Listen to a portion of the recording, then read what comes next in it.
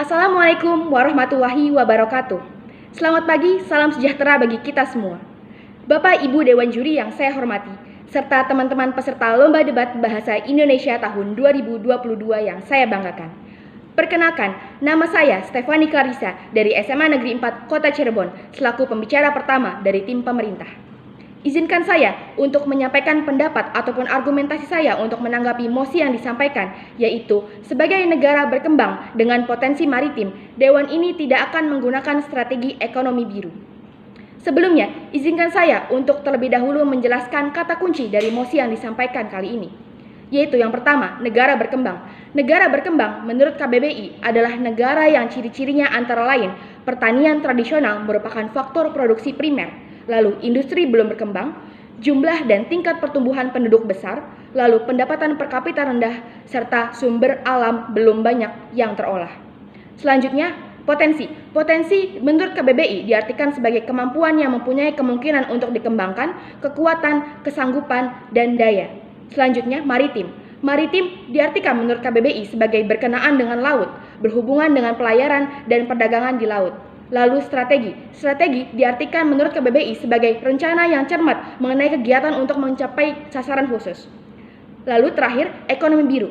Ekonomi biru sendiri didefinisikan sebagai strategi pembangunan ekonomi nasional yang mengandalkan sumber daya kelautan atau potensi maritim yang dimiliki oleh suatu negara. Dewan Juri yang saya hormati, mosi ini sangat amat menarik untuk kita perdebatkan karena belakangan ini pada konferensi perubahan iklim tahun 2021 lalu, Indonesia sepakat sebagai negara kepulauan untuk sama-sama menerapkan ekonomi biru. Menurut pemerintah, ekonomi biru ini menjadi potensi ekonomi yang bisa digunakan untuk pemulihan dari pandemi COVID-19. Kementerian Kelautan dan Perikanan KKP pun siap menjalankan pengawasan terintegrasi dalam implementasi program ekonomi biru. Namun, apakah konsep ekonomi biru ini bisa dioptimalkan pemerintah agar tujuan dari ekonomi biru ini benar-benar tersampai? Saya sangat setuju dengan mosi yang disampaikan kali ini. Dewan Juri yang saya hormati, perlu kita ketahui, Indonesia merupakan negara bahari dan kepulauan terbesar yang memiliki banyak sekali keanekaragaman hayati yang mencapai tertinggi di dunia.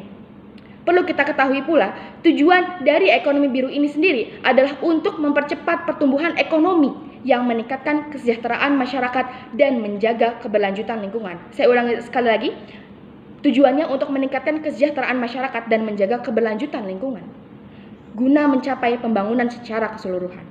Namun, perlu kita ketahui pula, dengan diberlakukannya ekonomi biru ini dapat merusak potensi maritim atau sumber daya kelautan yang kita miliki.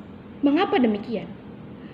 Perlu kita ketahui, kondisi kelautan di Indonesia sendiri sudah pada tahap yang mengkhawatirkan ataupun memprihatinkan. Sebagai contoh, berdasarkan hasil penelitian Lembaga Ilmu Pengetahuan Indonesia (LIPI) pada 1067 titik, hanya 6,56% terumbu karang yang berstatus sangat baik.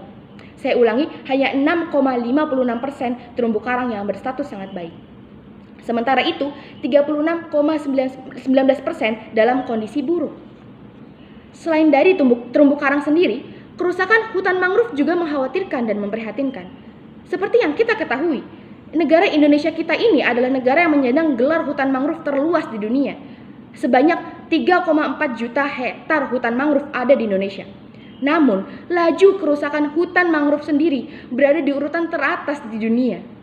Bahkan hingga kini lebih dari 600.000 hektar hutan mangrove mengalami kerusakan. Dewan Juri yang saya hormati, serta teman-teman peserta Lomba Debat Bahasa Indonesia tahun 2022 yang saya banggakan.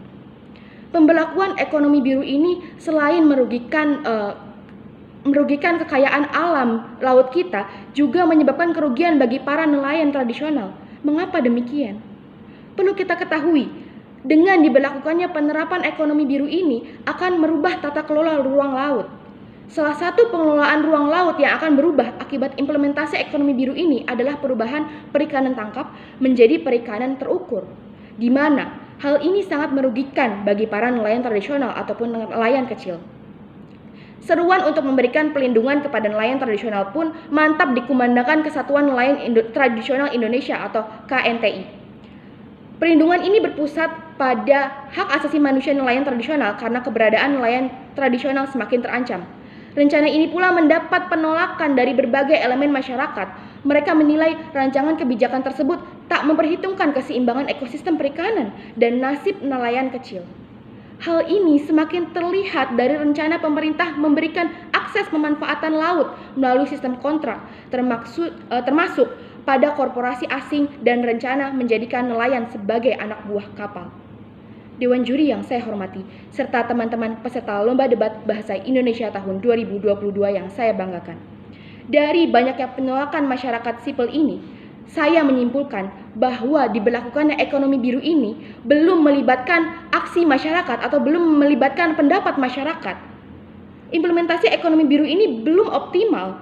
Seharusnya implementasi ekonomi biru ini harus berpegang pada sejumlah hal penting seperti keterlibatan rakyat dalam penguasaan wilayah pesisir sehingga pengelolaannya sesuai dengan karakteristik dan nilai-nilai lokal.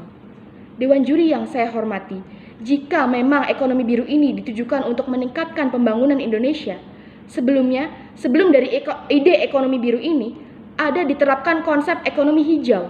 Kedua konsep tersebut bisa dijalankan dengan sejalan ataupun bersamaan karena dengan kebijakan pembangunan Indonesia yang berbasis pada kelestarian lingkungan, sumber daya alam, pertumbuhan ekonomi, maka tidak ada salahnya jika konsep ini dilakukan bersamaan.